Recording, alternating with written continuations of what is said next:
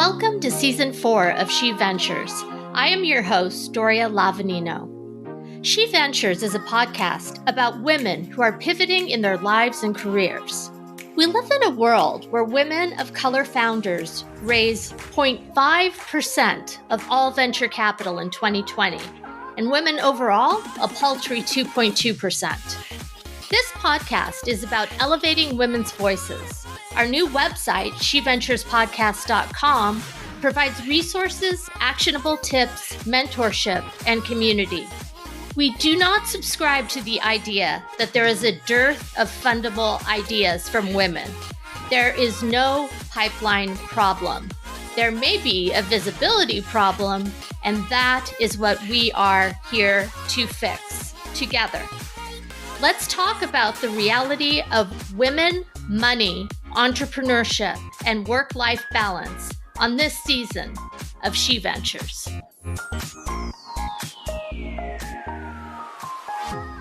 She's built her career in business development and sales and pivoted in 2018 to build her creative consultancy, Fearless Foundry, to help underrepresented founders with the building blocks of scaling a business through branding, marketing, business development. And I noticed with a special focus on helping them with finance through her online network, We Talk Money. She's here today to talk about her pivot and how Fearless Foundry grew from an idea from her as a solopreneur to a small business. Madeline Pratt, welcome to She Ventures. Thank you so much for having me. Early in your career, you worked both for Fortune 500s like Intuit and fledgling, and I mean that in the sense of just startup or smaller companies. Where do you feel most comfortable, or where did you as you were moving along your career? I can't say that I felt particularly comfortable until I started my own company, honestly. I was always the youngest in the room. I was almost always the only female in the room because I was working in the world of tech, and tech is a pretty male-dominated space, or was at the time that I was really having my heyday. But I do okay with discomfort. I learned a lot along the way. Working for rapidly scaling companies like Avalara, was one of my first jobs in my corporate career, and that company went from 140 employees to almost 1,000 employees in the 3 years I was with them. That experience of watching something grow that quickly was really exhilarating and kind of over the top. And then, I moved into it where obviously a really established company, 8,000 employees at the time when I joined around the globe. That was my first experience really working with fully global teams, and that was very exciting too. I struggled in that environment. There was a lot of processes in place which companies of that size need guardrails. But at the same point, I was not one that was a big fan of having to ask 10 people only to get to the last final person and have them say, oh, if only you'd come ask me 2 weeks ago, I would have said yes. The time it takes things to get done, campaigns, things like that inside of a company of that nature is lengthy. But I think that where I shine is in startup mode. So the last company that I was a part of prior to starting my own company was an Australian startup coming to the US for the first time. And I got a chance to be a part of so many amazing moments, really just accelerated my career, and would not have been possible if that company hadn't been this scrappy bootstrap startup, just trying to do whatever they could to get known. I love startup mode, and I think that's a lot of the reason why we work with so many early stage founders these days. That makes so much sense. And it's also given you, I would think, the arc of experience to when you start, and we'll talk about your company today in a minute, that arc of experience of large company, small company, and everything in between, and kind of knowing how to meet new clients where they're at, depending on how they come to you.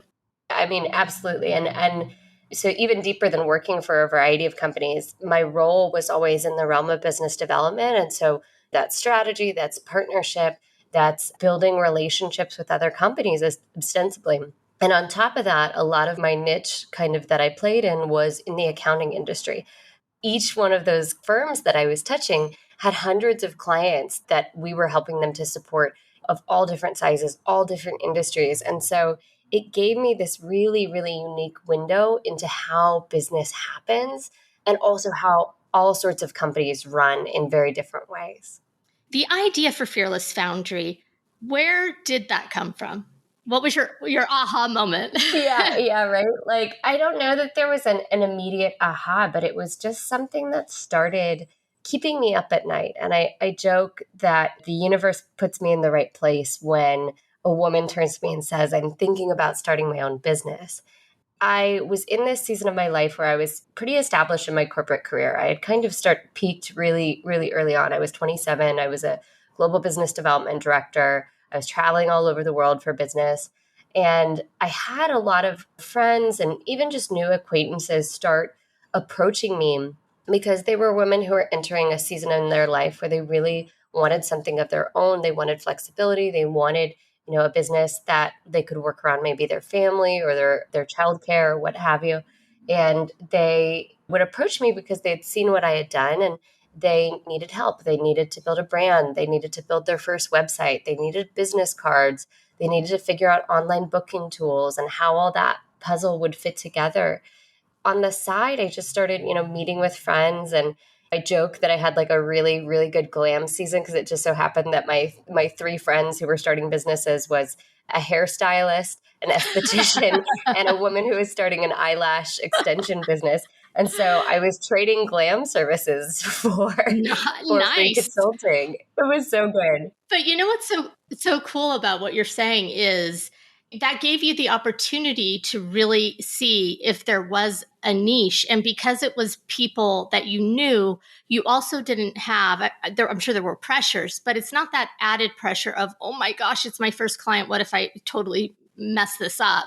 And so you were able to see what the need was and then go from there, I would imagine. Yeah. And the reason I think because when I was doing this, I didn't even consider it consulting. I'd never been a consultant before. I'm just a person who I'm that kid who if I know the answer to the question, I'm going to raise my hand, right? And so if I could help, I would jump in. I didn't even consider it consulting on the time. And I did this for over 2 years before my business really started to become a thing. What I started to notice was this persistent pattern where women were not being given the same level of support and opportunity to start and scale companies. I heard story after story of a friend who was trying to build a salon or a space and would go into a bank, and have their business plan in hand and just kind of get laughed out of the room, kind of, a head pat from an older man who would say, oh, cute idea, little girl, and then send them on their way.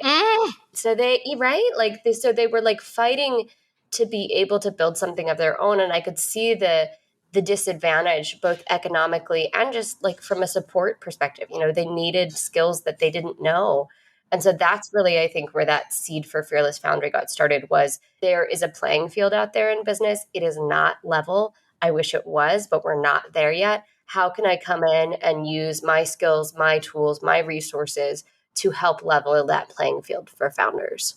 When you say underrepresented founders, I know that you early on, or in some of your messaging, you talk about women, but I wasn't sure if it's specifically women or is it people, any kind of underrepresented founder, women of color, different gender identities, that sort of thing.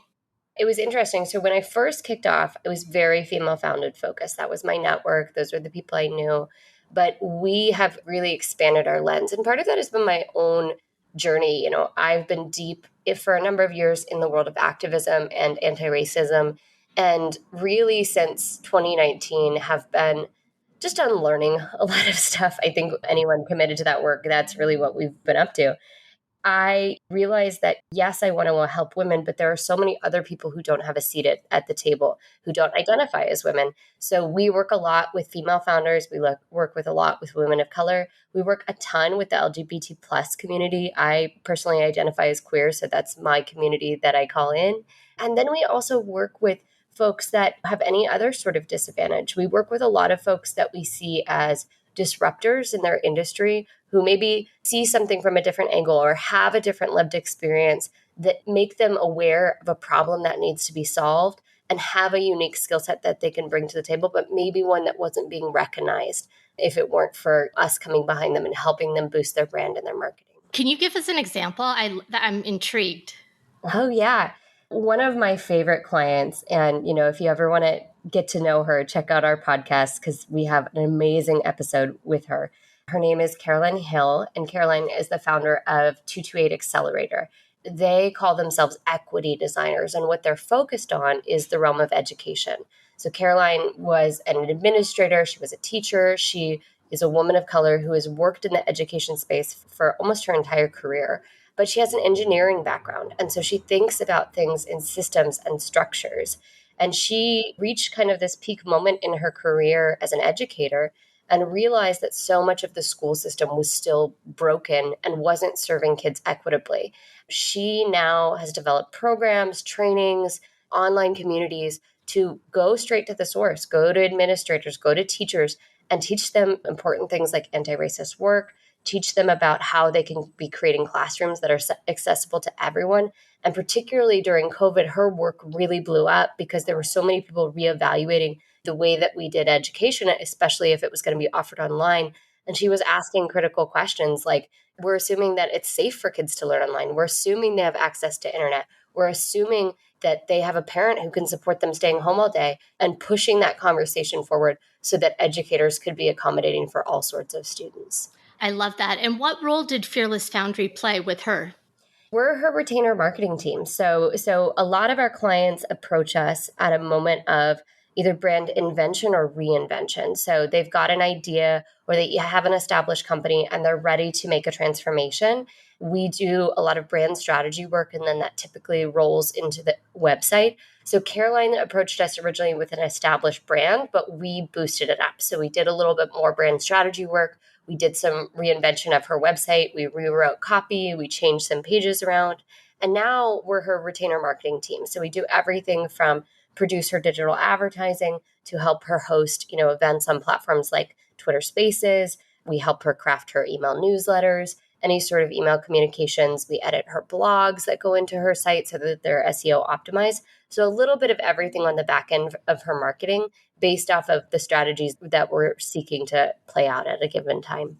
There's so much wisdom in that because marketing and social media are changing literally every minute. And if you are a solopreneur trying to do that on your own, you can post things and whatnot, but it may not be very strategic because it's not possible to build your business and know all of the different platforms, LinkedIn, TikTok. I mean, they're totally different, and know how to use each of them in an effective way, right? I joke with people, it's like social media is the easiest thing for us to sell because nobody wants to do it, but everybody feels obligated. And it's this burden, right? And particularly with female founders, I've seen in the last year or two a real level of burnout around social media because we've lived through so much that it's hard for us to feel like we can authentically show up even on our bad days. And I would just say to anybody struggling with that, like, that's actually what the world needs right now, is to see your authenticity. So don't feel shy to show up with your messy hair or whatever's going on in your world. Honesty is needed. But the other thing about these platforms is I think the reason we have burnout is because we think that we have to be on all the platforms all the time. And there's no way that's sustainable. I mean, I just want to say, full stop, as somebody who runs teams like this, the only people I know who are able to keep up with 5+ social platforms and have content consistently coming out, they're not running it. They've got teams like mine behind the scenes who are creating that content, scheduling that content. No human who's also running a successful company can sustain that level of content, especially on their own, unless that's their full-time job, unless all they do is social media, like an influencer or something like that. But for us, what we really focus on is what I call a primary platform strategy. So a primary platform strategy means we really look at your ideal audience and we identify the primary platform that you really want to focus your energy on. So it's like a pick one kind of moment. If you're really trying to reach emerging business leaders who are CEOs and they're scaling companies, like LinkedIn might be the right place for you. Whereas if you're trying to reach moms who are really busy and, are trying to get a little bit of an outlet from their lives, Instagram might be a better place for you. What we do is we hone in on what that primary platform is, and we shape a strategy for that platform first. And then from there, we add on other platforms as your ideal audience expands. But again, we tailor those strategies around the humans you're trying to reach on each platform, as opposed to what I see quite commonly when people are trying to do it all themselves, is just they're reposting the same thing on 6 different platforms. And that becomes really, it's like having a megaphone and shouting into the void. Like, it just doesn't feel tailored. It doesn't feel authentic. It ends up being overwhelming for a lot of people because they're like, I'm doing all this stuff, I'm posting all this stuff, but I'm not getting feedback. And the reason why is because it's too homogenous in the style of content. I love that. And I think another thing, if I can just tag on to that, is that I see a lot, and I have made this mistake myself, is posting but not interacting, and then wondering why people don't interact with you. Well, it's a give and take, right? If you're always, what is the word I'm looking for? You used megaphone, but there's, if Just you're always shouting. Like, I always consider it unnecessary noise. exactly. If you're always broadcasting out and just not listening and being like, la, la, la, la, la, just, it's my message, my message, my message, why would anyone want to interact with that? Totally. And again, it's called social media, right? Like, you and I wouldn't have a conversation where I would just sit here and like talk down to you all day, right? Like, that's not how we have conversations with other humans. And ultimately, at the end of the day, people want to feel that there are people behind those posts, people behind those platforms. The primary metric of success these days, when social media started, people thought it was followers, but like, you and I could go on the internet right now and buy 100,000 followers, no problem. Like, bot farms are common. You can get them all over. You just pay money and you can get followers, no problem. The metric that really matters these days is engagement. Just so people know, like, average engagement for like a big brand, like, let's say, I don't know, like a PepsiCo or somebody like that. Big brands, like, they think they're crushing it if they have 1% engagement. And smaller accounts, especially where you really take the time to comment back and engage with your following, have a conversation, ask them questions, comment back with them, those accounts can have sometimes up to 10% engagement, which is amazing in terms of what you can do with those platforms. It's just a totally different landscape than the way it works for big brands. And I think that that's changed the paradigm of how people are thinking about accounts. It's not so much the size of the account. It's really how, as you said, how engaged. And quality of content too. Like, for me, the influencer world, I'm really glad to see us kind of declining on that. And a lot of that world is getting really regulated now too. And so, like you said at the top of this moment, it's like, it's a really rapidly evolving space. And it's a lot for individual entrepreneurs to keep track of.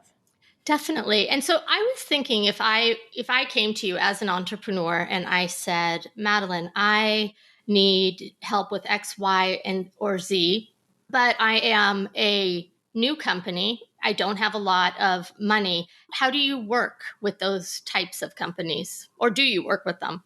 Yeah, we do. So we work with a lot of early stage founders, and we have a couple different ways that we work with companies. So one thing that is really a part of our mission and ethos is giving back. I'm a big believer that, again, not everybody has the access to the same amount of resources that and privilege that I have as a white woman who had a background in technology. Part of the reason I could start my company is because I had stockpiled cash from my career in tech. And I know that not everybody has that economic advantage. So if a company is coming to us with a huge mission and a huge heart, but barely any budget, the first thing we look at is, could this be a give back or a partial give back for our company? And so we take on one give back project a quarter. We have a pretty audacious goal this year to give away services to the tune of 10% of our company's revenue. So we're on track to do about 1.5 million this year, which means we would give away $150,000 of services. Congrats. Thank you. Thank you. It's been quite the quite the growth trajectory over the past couple of years. So that's one way. If there's, and oftentimes that's with a nonprofit organization. Oftentimes it's a queer organization or an organization owned by a founder of color. We're giving back in those ways where we can. So that's one option. The other option is we have this really important conversation where we say, okay, we want to give you the sun and the moon and the stars, but you're not ready for all that yet. Like, you couldn't handle it. And we can't give everything for free. So let's be honest about where budget is at. And we do have a minimum retainer. So project work, we kind of flex a little bit, but if you're going to be a retainer client, we have a minimum monthly retainer of $2,500 a month. And if you're not ready for us, we always love to make referrals to other agencies that might be a better fit. But if you are, we look at that budget number and we go, okay, what can we do in the next 6 months that can really be beneficial to boost your brand? Because my ultimate goal is to grow a client's revenue, because I should be the first bill for them to be like, I'm so happy to pay you. You're making me money, right? Yes. And so our new clients typically sign a 6-month contract that meet that minimum retainer. And from there, we align a custom scope of services that are tailor-made for the strategy we want to play out for them. We always say we start with strategy. We're not a tactics-based agency. We define strategy and then we put forth the services and the execution to make that strategy come to life. And we do that over 6 months. And then it's very common, almost like 70+% of our clients after that 6 months renew for a year and increase their budget spend with us because they've been able to grow their revenue through the marketing work we're doing. That is fantastic, like word of mouth advertising right there. If so many clients are staying with you. It's one thing I'm really proud of coming out of the tech world where churn is so high. I'm really proud of the fact that we've been able to just grow with our clients. How do founders typically find you? All sorts of ways. So I'm pretty active on social media. So I have 3 new clients in my pipeline right now that all came from seeing a social media post from me. I also have a really amazing network of just friends and business partners and people I've worked with in the past. Being in business development means you're just, you're a relationships person. And so I have a lot of relationships that have led to referrals for our business. Good, I would say at least 60% of our revenue comes just directly from referrals from just our network or existing clients, which I always love those ones where clients, pass our name on.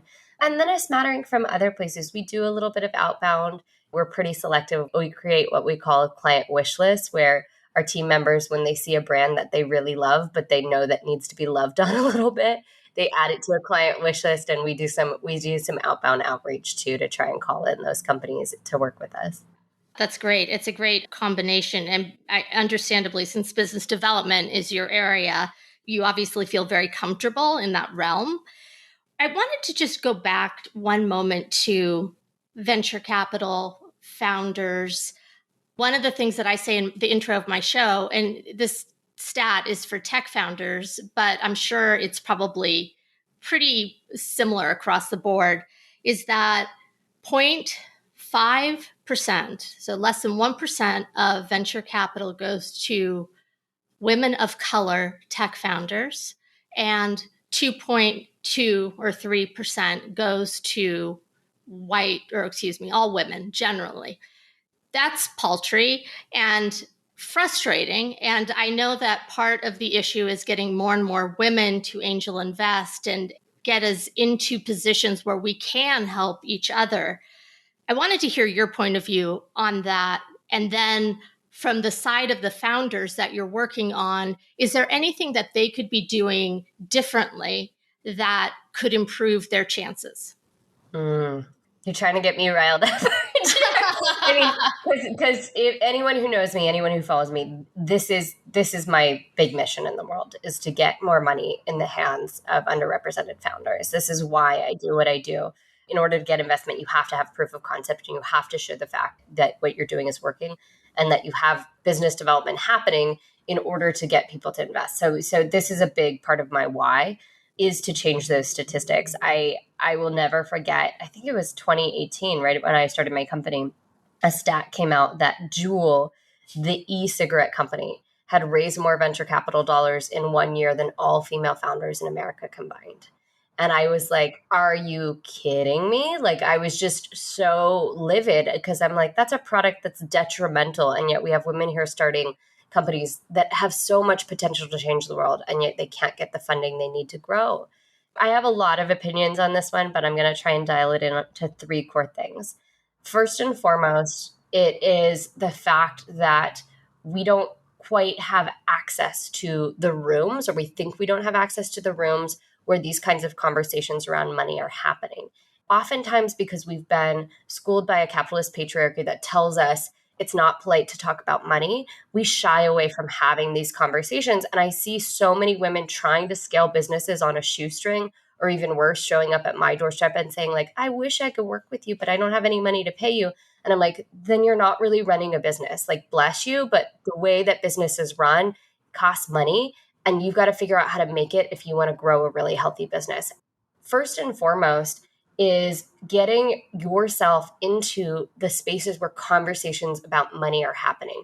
And the good news is these conversations are happening. You know, I've got a community for it. There's dozens of other communities for it. There's Instagram accounts you can follow. There's platforms like Elvest. Like, there's all these places where money conversations are happening amongst women in particular. You have to just start being a part of those conversations. And again, money is one of these esoteric things where it's like we think we should know it, but we were never taught it. So if you don't know what a cap table is, if you don't know what equity means, if you don't know the difference between angel and venture capital, don't feel bad about it. Just get into the right rooms where you can start to learn about the way money moves through companies so that you can make the right decisions. That's a key thing for me. It's like, just get in the rooms, ask the questions. Don't feel like you're dumb for asking. Like, if you weren't taught it, how are you supposed to know these things? So that's number one. I just want to tag on that for 1 second. Yes. Now I'm getting fired up. I totally agree with that. And also, this ties into, this is Financial Literacy Month, and women in particular, but all people in high schools, I think only 32 it's less than that, have a mandated financial literacy course. And so it's almost assumed that people just know. We just supposedly know how to parent. We know how to deal with money. No, like, these are things that you have to be taught. And to your second point, I really feel strongly about women learning, because I think that many of us suffer from imposter syndrome and feeling like, oh, if we don't know something 110%, we really shouldn't be doing it at all. I don't want to make this a male-female generalization thing, but I have seen so many guys show up in rooms that just know very little of what they're talking about, but they're so confident that they pull it off. Okay, please, you're my guest. I shouldn't be taking over. But you teed me up perfectly. So my second is, once you've gotten in those rooms, practice having those conversations, because the difference between women and men when they come and they ask for the money is confidence. It is the ability to say, this is why I'm worth it. I'm building a big, badass company. You would be so lucky to invest in me. And men, the data shows that men pitch ideas, women pitch established companies. We get too much into the details. We don't share enough of the big vision. We play small when we get in those rooms. We just want to show that it's working. We don't show its path to 10x. And the thing is, if you're an investor, I am one of these, I want to get a return. I want my money to grow, and I want it to grow at a rate that's faster than my other investments into the general market, which means that you've got to give me a return that's much better than 12%. If I'm going to invest in me, you're not just selling me on what you're doing today. You got to sell me what you're going to do in the next 5 years and the pace of growth you're going to have. Because here's the thing, and this is the dirty little secret that people don't talk enough about when it comes to institutional investing, is that if you sign on that dotted line and you take that money from a venture capital firm, you are committing to getting your ass on a rocket ship and trying to go to the moon. And not everybody is up for that ride. Not everybody wants to do it. I didn't take that money. And I have many friends who have, and I've watched them give up their bodies, delay having families, gain weight and detrimental to their health, because they have to perform at all costs to be able to keep raising money, to keep growing their companies, to create an exit that is attractive to their investors. That's just one of the pieces that I really want to talk more about publicly, because there's very clear reasons why I didn't take that kind of outside capital to start my company. And we still grew 100% year over year for 3 years running. So there are ways to do it bootstrapped. But again, you have to know what you're signing up for. So that's just an asterisk I want to add there. Now, the third thing, and this one is really important and ties into this asterisk that I'm mentioning, which is know what you're getting into when it comes to the money. There are so many different ways to get money, particularly as an underrepresented founder. There are grants, there are community economic development funds, there are small business loans, there are lines of credit, there are predatory online banking options. There, there is good and bad money out there that has very different terms when it comes to interest, that has very different expectations when it comes to exiting. And you need to really understand the money that you're bringing into your business. And more importantly, why are you doing it? I took on a community economic development loan this past year of $100,000. That was the first time I had brought outside capital inside the company, but I was doing it for a really strategic reason. My goal for this business was to grow it to a $10 million valuation within 10 years. That means that I have to have a company that's producing at least $5 million in annual revenue. I love cash flow strategy and I have a background in business analytics. So I built our projections for the next 5 years and then worked them backwards to understand what I needed from a staffing and a capacity perspective to support a book of business that was $5 million plus. And I knew that I needed to make 3 strategic hires in revenue generating areas to get us to that point. I took on that funding, which is great funding. Community economic development are an amazing option that have grown really rapidly in this COVID era to help small businesses reevaluate and prop themselves up and grow. I took on that funding to hire 3 people who I know will produce millions of dollars in revenue for my company and will be able to pay that loan back in probably 50% of the time because of the fact that I'm using that money really strategically and very aware of why I got it and what kind of capital I'm working with. I love that. And the other part of it that you made me think of when you were talking about venture capital and kind of giving over your life is that it could turn into a situation very easily where the whole reason why you wanted to work for yourself and do your own thing was exactly that. But once you take on venture capital, you are often working for someone else on their timetable with their KPIs and their rules, right? So it's, to your point, it's very important to know. And kudos to you for bootstrapping it for 3 years, because that is not easy. Oh my God. I mean, this is the other thing that I want more women to talk about is how hard that is. Oh my gosh. I know. And I had been inside of bootstrap businesses before. So my last corporate career, I took a company from 0 to a couple million in revenue in 3 years. And it was amazing and it was a wild ride. So I'm very comfortable with that growth trajectory. I've done it before, but I did it on somebody else's dollar. And I look back and I'm like, oh my God, am I allowed to swear? I was going to say the shit that they put up with. Absolutely. The shit that my bosses put up with, because I didn't know that, what it was like to pull the purse strings. And now, it's all my money. It's all my money. And I'll be honest, I made more when I was a solopreneur.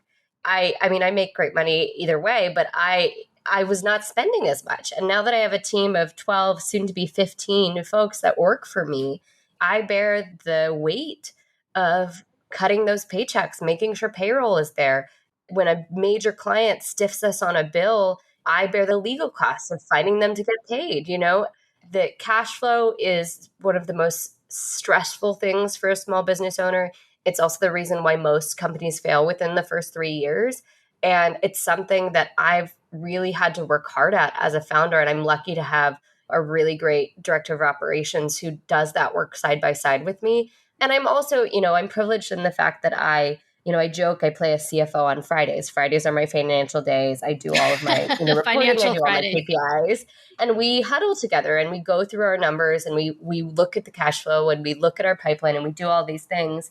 But those were skills that had I not learned them in the training grounds of other companies with other people's capital, I wouldn't feel as confident as I do in my ability to grow a really successful, really profitable business.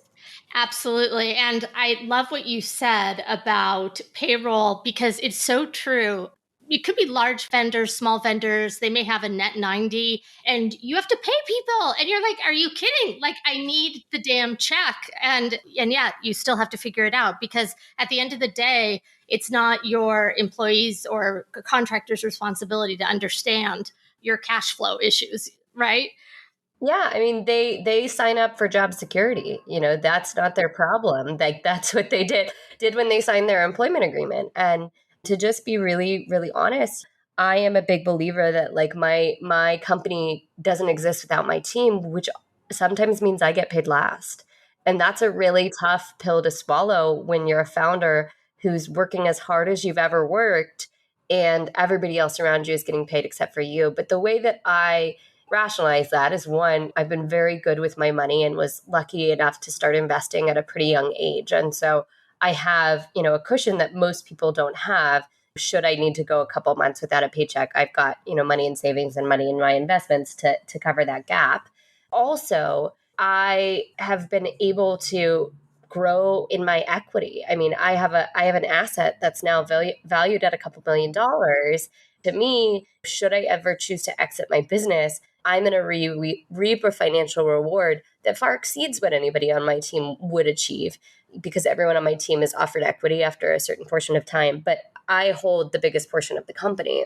And because of that, in those moments where I'm not getting myself a paycheck, and everybody else is getting paid, I can sleep at night with the comfort of knowing that like my equity is really worth something. Absolutely. It's not liquid and it's not immediate, but it's definitely growing and it's there. As a woman founder, how has that experience been for you? It's been an evolution, and as a person, I'm deeply passionate about both business growth and personal growth. The biggest joy in my life has been building my company. I love my family, and it's not a comparative thing, but really, truly, I know that my calling in the world is to build great companies, both my own and then helping other founders do the same. One of the things that's very exciting for me, particularly in the season I'm in right now as a CEO, is I spend a lot of my time coaching other people. So, especially the past 10 years, maybe we'll say 5 especially, I've been really in the work of leadership development and coaching other founders and coaching their teams.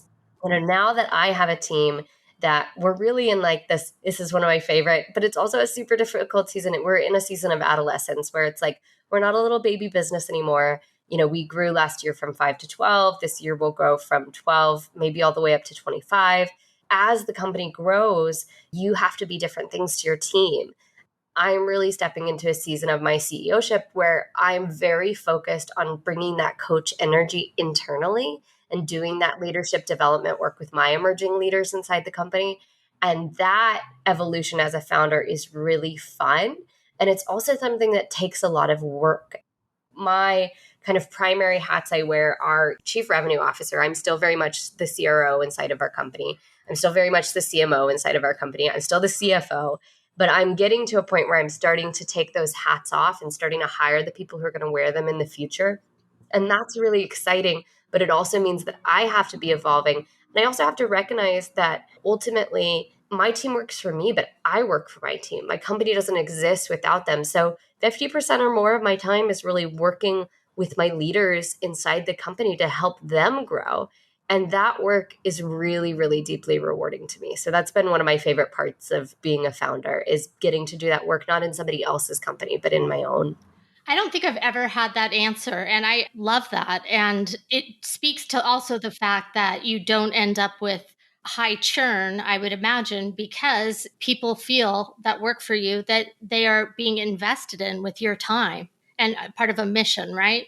I mean, that piece is really critical. If you read anything on our Fearless Foundry site, I hope you'll walk away with this knowledge that I really tried to build the business I always wanted to be a part of. I didn't set out to create a creative consultancy or a digital marketing agency. I set out to just consult. And what happened was I started to have more work than I could handle. And so I started reaching out to, contract copywriters, contract designers, to pull them in to support me with these projects and to create work for them as well. I saw a couple persistent problems. One was they were often undervaluing their work, so they were charging too little. They were often, this one really made me sick, working full time for another agency, but side hustling to make ends meet because that agency wasn't paying them well. And then they often, if they were a solopreneur, did not have the kind of benefits that you have if you're working for an established entity. And so for me, that all influenced me becoming the company that I am today, which, supports a dozen staff members, which provides healthcare, which provides paid time off, which provides paid maternity leave, which does all these things that I wished I would have had inside of another company, not just for myself, but for my team. And that creates loyalty for sure in a really beautiful and organic way. But it also creates people who can see themselves growing long term with your company, which is like that part is the part I live for. Wow, paid maternity leave, because I have been led to believe that small businesses, and you've made it work, right? But that small businesses, it's too hard on them to offer a paid maternity leave because they're making ends meet. So how can they expect to do it? But you're saying that there is a way if you're judicious and strategic with how you grow and your money. Yeah. The thing that I love, I'm going to tell a little story here. The thing that I love about the way our paid maternity leave that came to light was I always require when somebody is in a hiring process with our company that they negotiate. And I tell them this after their final interview, which is always with me. And I say, the next step in this process is, we're going to make you an offer. And part of our process is you're required to negotiate with me. And you can negotiate on any area in the offer, or come up with an area that doesn't exist, but I need you to negotiate with me so that you can practice and learn that skill. I will give you candid feedback after the interview or after that negotiation to let you know where I think you could be stronger, because women do not negotiate enough, and that's a really important skill that I want people to learn. So I require this as part of my offer process. One of my employees who's been with me the longest, she got to this point and she came to the table and she said, I noticed you don't have a maternity leave policy. And I was like, you're right. I myself was very committed to being done having kids, and anybody else we had hired so far was done having kids or didn't see it as part of their future. And so we hadn't built a policy yet. And so she said, I'd really like to see you guys propose a maternity leave policy because children are a part of my near future. And I said, okay, give us a moment. Let us figure this out. We went to the internet. Every policy we saw, we thought was just atrocious. It was very obvious they were all created by men or people in HR who had never given birth to a human. It was all just like 6 weeks unpaid. Good luck, And so we crafted a policy that we were confident we could pull off, which we offer 4 months fully paid. So 100% of your pay. That's incredible. Yeah, it's a big freaking deal. And it is not easy to pull off. Let me be candid. I made the commitment and I said, we'll figure this out on the back end because this is what I would have wanted as a mother. And it was not something that was offered to me. We then had to go do a lot of diligence. And luckily, about 30% of my team lives in Washington State. And as fate would have it, this employee ended up, she was thinking, she'd have kids in a year or two. And they started trying, they got pregnant on the first time. She ended up having a baby almost a year to the day of her signing her contract with us. And luckily for us, Washington State had implemented an FMLA policy that covered a portion. I think it covered about 50%.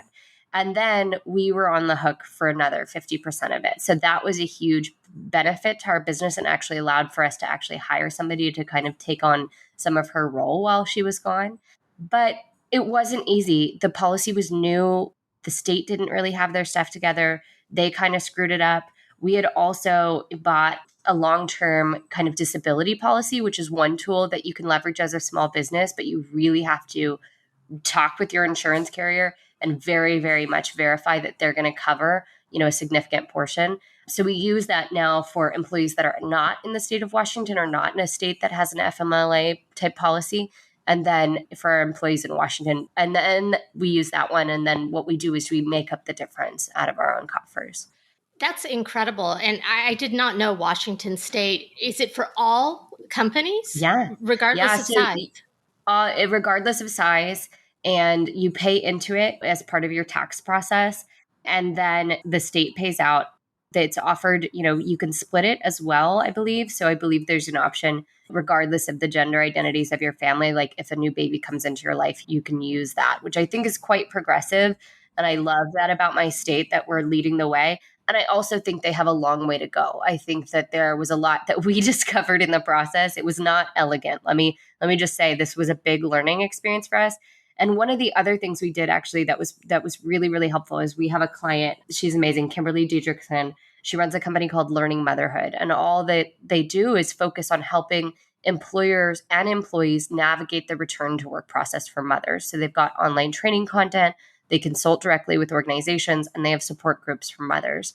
And so we also worked with Kimberly and had her vet our policies a little bit further, helped us navigate. We offered that her return to work program for that employee. And that also really taught us a lot and gave me the confidence that we can continue to offer this in a smoother way going forward. I just have to make sure that the world knows as much as I can in my small little way, what you're doing, because it is incredible. And I'm sure there are other female-led companies that do it, but it's not easy. Yet you are an example of someone who is doing it.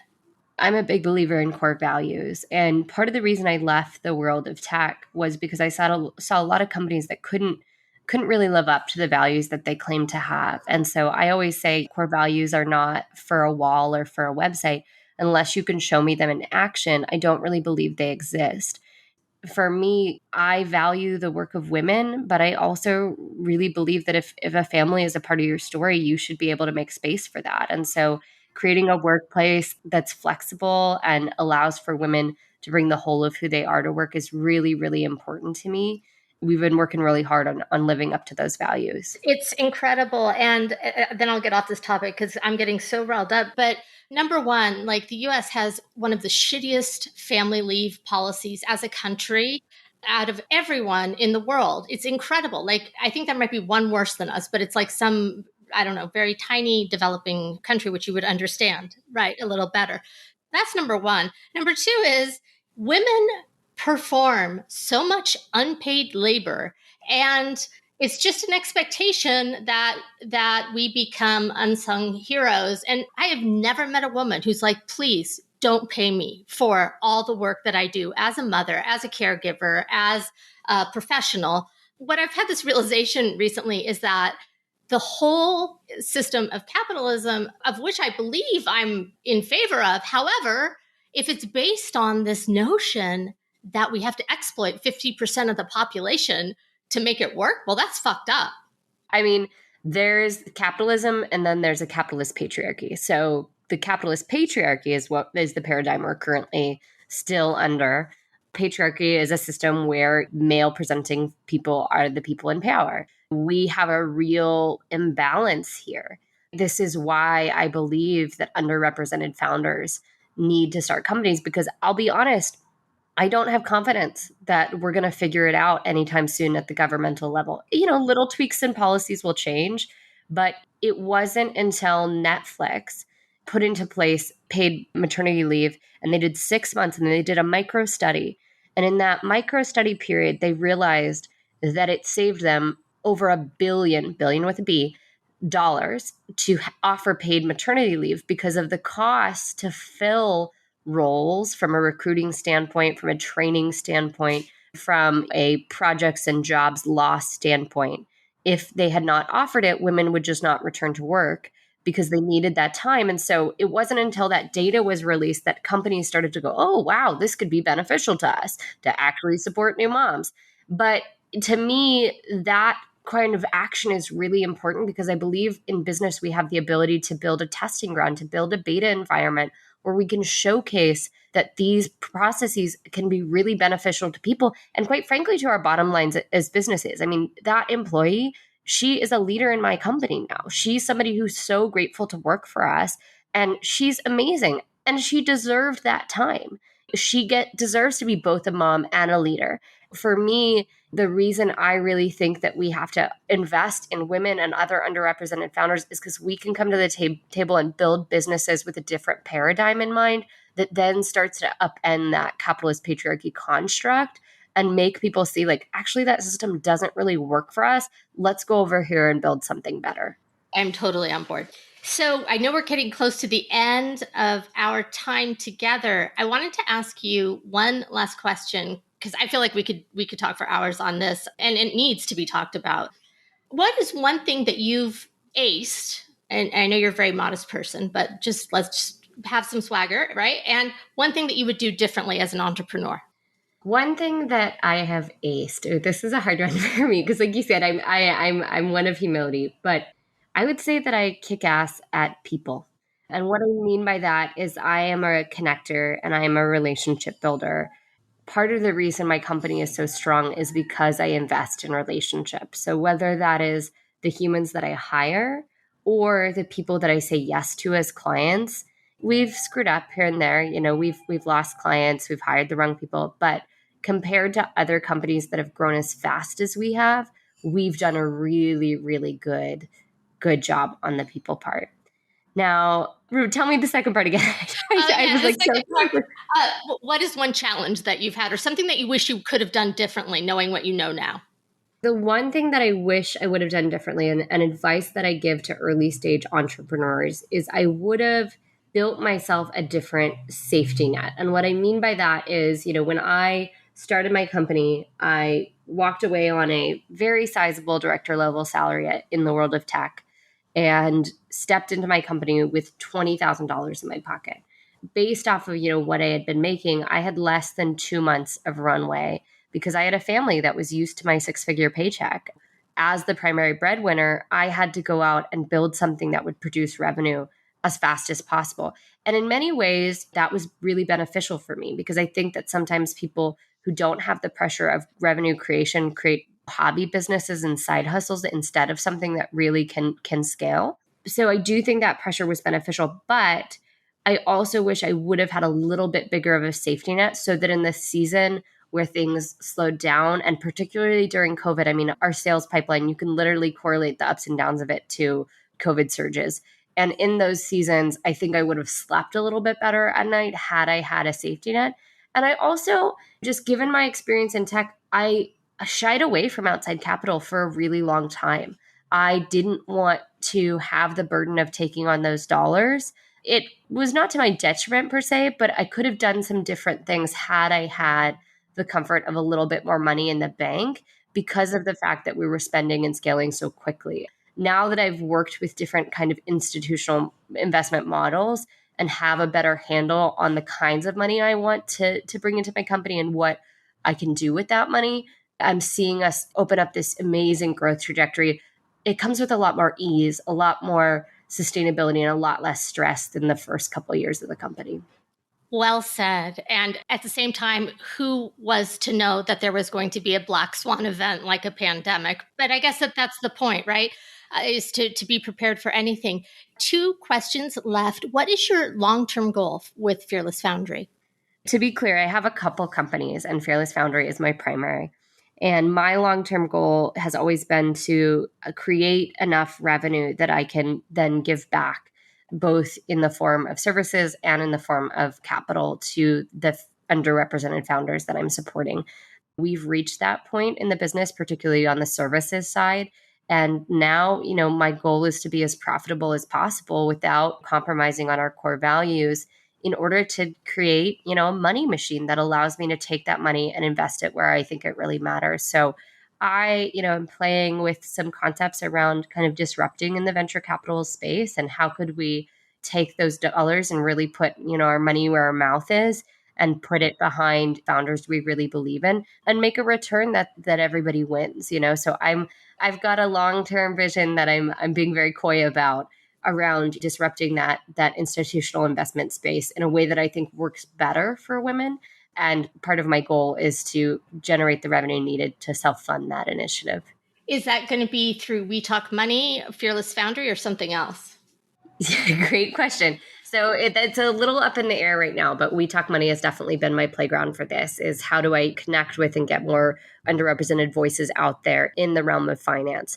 So I have a really strong network, and part of the model we're exploring is 1 part incubation, 1 part venture capital, really putting businesses through a little bit more of a boot camp and drawing on my network where it's like, I know some of the best CFOs in the business. I know some of the best marketers in the business. I know some of the best strategists in the business, and putting these underrepresented founders through a moment where they have to really kind of do the work in order to prove that they have something viable. And then if they are able to get through that process, backing them with a seed round of funding.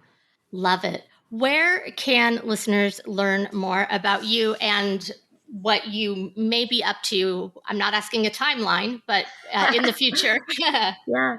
clearly I do a lot of stuff on the internet. So you can Google me or Fearless Foundry. Our website is fearlessfoundry.com. Our social media is all at Fearless Foundry.